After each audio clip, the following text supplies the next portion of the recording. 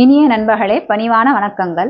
இந்த காலகட்டத்தில் போய் கருணை, இரக்கம், தயவு, தாட்சிணை, உதவி போன்ற குணங்கள்லாம் நமக்குள்ள இருப்பது சரியா, இல்லை அவசியம்தானா, அல்லது இது போன்று நடந்து கொள்வதில் புத்திசாலித்தனம் தான் இருக்குதா? இதெல்லாம் தெரிந்து கொள்வதற்கு வாங்க இன்றைய கதையை கேட்கலாம். ஒரு கிராமத்துல வாலிபர் ஒருத்தர் பேர் சத்தியமூர்த்தியான். தன்னுடைய பெற்றோர் மற்றும் 2 மூத்த சகோதரிகளும் ஒரு தம்பியுடன் வாழ்ந்து வந்தாராம். குடும்ப பொறுப்பு எல்லாமே பார்த்தோம்னா அவர் தலைமையில தான் இருந்ததாம். அவர் தான் குடும்பத்துக்கு வேண்டியதெல்லாம் எடுத்து பார்த்து பார்த்து செஞ்சுக்கிட்டு இருந்தாராம். 2 அக்காவுக்கும் அவர் தான் திருமணம் முடிச்சு வச்சாராம். தம்பி படிப்புக்கு வேண்டிய செலவெல்லாம் அவர் தான் பார்த்துக்கிட்டு இருந்தாராம். அது மட்டும் இல்ல, உறவினர்கள், நண்பர்கள், பணிபுரியும் இடத்துல இருக்கிற சக ஊழியர்கள் யாரா இருந்தாலும் சரி, உதவின்னு கேட்டு வந்தாங்கன்னா அவர் சக்திக்கு மேலேயே இருந்தாலும் சரி, எப்பாடு பட்டாலும் அந்த உதவியை செய்து முடிப்பாராம். இப்படி இருக்கிறதுனால அவர் தனக்குன்னு எந்த சேமிப்போ, பணம், பொருள் எதுவுமே தனக்குன்னு சேர்த்து வைக்கவே இல்லையாம். இப்படி காலம் சென்று கொண்டிருக்கும் போது ஒரு நாள் அவருக்கு உடம்பு சரியில்லாம போச்சாம். டாக்டர் கிட்ட போய் காண்பித்ததுக்கு டாக்டர் உடல்ல ஏதோ வியாதி ஏற்பட்டு இருக்குன்னு சொன்னாராம். சில வைத்தியமும் எழுதி கொடுத்தாராம். அதுக்கப்புறம் பார்த்தா அவரால் சரியா வேலைக்கே போக முடியலையாம். தொடர்ந்து வேலைக்கு போகாத காரணத்தினால அவரை வேலையிலேருந்து நீக்கி விட்டாங்களாம்.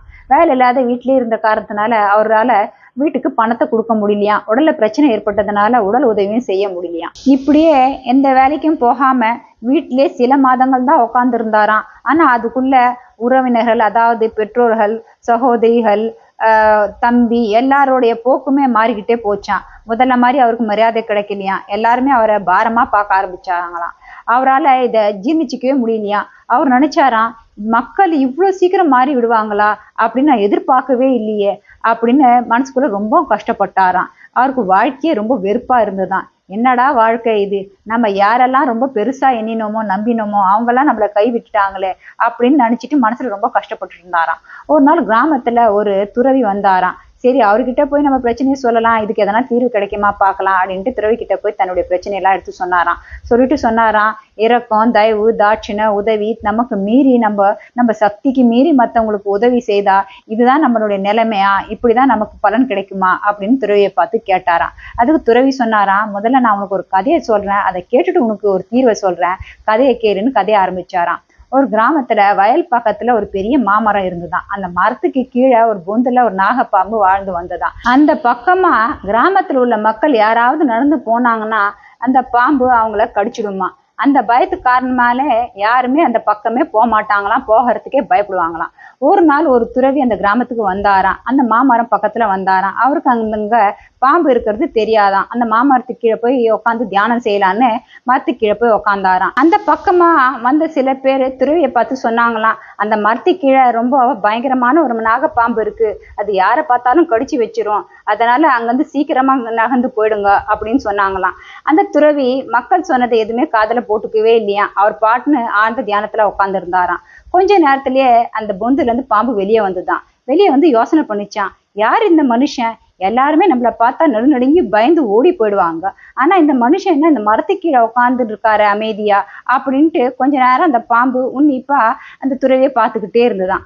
துறவி கண் திறந்து அந்த பாம்பை பார்த்தாராம். பாம்பை பார்த்துட்டு துறவி சொன்னாராம், எதுக்காக நீ அனாவசியமா இந்த கிராமத்துல இருக்கிற மக்கள் எல்லாம் கடிக்கிறியாம, அதனாலே எல்லாரும் பயந்துட்டு இந்த பக்கமே வர மாட்டேங்கிறாங்க, இது தவறு இல்லையா? நீ போன ஜென்மத்துல என்ன பாவம் செய்தன்னு தெரியல, இந்த ஜென்மத்துல பாம்பா பிறந்திருக்கிற, அப்படியே அது பத்தாதுன்னு மேலும் மேலும் நீ பாவத்தை செஞ்சுட்டு இருக்க, இனிமேலும் நீ கடிக்கிறத நிறுத்துரு, அதுதான் உனக்கு நல்லது அப்படின்னு துறவி சொன்னாராம். அதை கேட்ட பாம்பு கொஞ்ச நேரம் யோசனை பண்ணிச்சான். துறவி சொல்றதுலயும் அர்த்தம் இருக்கு, நாம இனிமேல் தேவையில்லாத இந்த மக்களை கடிக்க வேண்டாம் அப்படின்னு நினைச்சிட்டு துறவி கிட்ட பாம்பு சத்தியம் பண்ணி கொடுத்துதான். சரி, நீங்க சொல்ற பிரகாரம் இனிமேல் நான் யாரையுமே கடிக்க மாட்டேன் அப்படின்னு சத்தியம் செய்து கொடுத்துதான். துறவியும் அதுக்கப்புறம் அங்கிருந்து கிளம்பி போயிட்டாராம். பாம்பு யாரையுமே கடிக்கிறது இல்ல, அந்த பக்கம் யாரு போனாலும் யாரையும் எதுவுமே செய்ய மாட்டேங்குதுன்ற விஷயம் மக்களுக்கு இடையே மெதுவா பரவ ஆரம்பிச்சுதான். அதுக்கப்புறம் மக்கள் எல்லாம் பயம் இல்லாத அந்த பக்கம் வரப்போக ஆரம்பிச்சாங்களாம். பாம்பு இறை தேடுறதுக்காக வெளியே வந்ததுன்னா சில பிள்ளைகள் இல்ல அங்க வர சில நபர்கள் அந்த பாம்பு மேல கல்ல வீச ஆரம்பிச்சாங்களாம். சில பேர் கட்டையை தூக்கி கூட அடிக்க ஆரம்பிச்சாங்களாம். ஆனா பாவம் அந்த பாம்பு துறவிக்கு செய்த சத்தியத்தினால யாரையும் எதுவுமே செய்யாதான், அமைதியா பொந்துக்குள்ள போயிடுமா. சில மாதங்கள் கழித்து துறவி அந்த பக்கமா வந்தாராம். அந்த மாமரத்துக்கு கீழே அந்த பாம்பு அடிபட்டு ரத்த வெள்ளத்துல காயங்களுடன் நகர கூட முடியாம கஷ்டப்பட்டு கிடந்ததாம். அதை பார்த்து துறவி கேட்டாராம், உனக்கு என்ன ஆச்சு, ஏன் இப்படி இந்த நிலைமையில இருக்கிற, ஏன் உன்னால எழுந்து நகர முடியலையா அப்படின்னு பாம்பை பார்த்து கேட்டாராம். பாம்பு எல்லா விஷயத்தையும் துறவி கிட்ட சொல்லிச்சான். அதை கேட்ட துறவி சொன்னாராம், நான் உன்னை யாரையும் கடிக்க வேணான்னு தான் சொன்னேனே தவிர உன்னை மற்றவங்க கஷ்டப்படுத்தினாலும் அதை சகிச்சுட்டு போ, உன்னை காப்பாத்திக்காதன்னு ஒரு நாளும் சொல்லலை. நீ கடிக்கலனாலும் சீரவாது செஞ்சிருக்கலாம். நீ சீரினா கண்டிப்பா மக்கள் உன்னை பார்த்து பயந்துருப்பாங்க. உன்கிட்ட யாருமே நெருங்கி இருக்க மாட்டாங்க. இனிமே உன்னை யாராவது கஷ்டப்படுத்த நினைச்சாங்கன்னா நீ கண்டிப்பா அவங்கள பார்த்து பயப்படாத, பதுங்கி போகாத, நீ சீறி அவங்கள பயமுறுத்து. இதுல எந்த தவறும் கிடையாது. உன்னை நீ முதல்ல காப்பாத்திக்கணும், இதை நீ தெரிஞ்சுக்கோ அப்படின்னு துறவி சொன்னாராம். இப்படி அந்த கதையை சொல்லி முடித்த பிறகு அந்த குரு சத்தியமூர்த்தியை பார்த்து சொன்னாராம், நீ நல்லவனா இரு, நல்ல இதயம் படைத்தவனா இரு. ஆனா முதல்ல உன் வாழ்க்கைக்கு என்ன தேவை, எது முக்கியம் என்பதெல்லாம் புரிந்து கொண்டு அதை முதல்ல பத்திரப்படுத்திக்கொள். அது உன் உடலாகவும் இருக்கலாம், நீ சம்பாதித்த பணமாகவும் பொருளாகவும் இருக்கலாம். அதை முதல்ல உனக்காக வேண்டியதை நீ சேமித்துக்கொள். அதற்கு பிறகு அது யாராக இருந்தாலும் சரி, எந்த உறவாக இருக்கட்டும், எந்த நண்பராக இருக்கட்டும், இல்லை எந்த சக ஊழியர்களாக இருக்கட்டும், உன்னால முடிந்த அளவுக்கு உதவியை மட்டும் செய் என்று அந்த துறவி சொல்லி அனுப்பி வைத்தாராம். எனவே எந்த காலகட்டமாக இருந்தாலும் சரி, வாழ்க்கையை நாம சரிசமமாக, அதாவது பேலன்ஸ்டு நேச்சர்ல வாழ கத்துக்கணும். உறவுக்காரங்களாக இருக்கட்டும், நண்பர்களாக இருக்கட்டும், யாராக இருந்தாலும் சரி, முதல்ல நாமே பாதுகாக்க கொள்ள வேண்டியதுதான் நம்மளுடைய முதல் கடமை.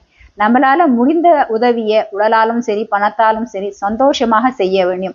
நம்ம சக்திக்குள்ள இருக்க வேண்டும். அப்பதான் நம்ம உதவிகளை செய்யணும். கருணை, இரக்கம், தயவு போன்ற குணங்கள்லாம் நிச்சயமாக நமக்குள்ள இருக்க வேண்டும்.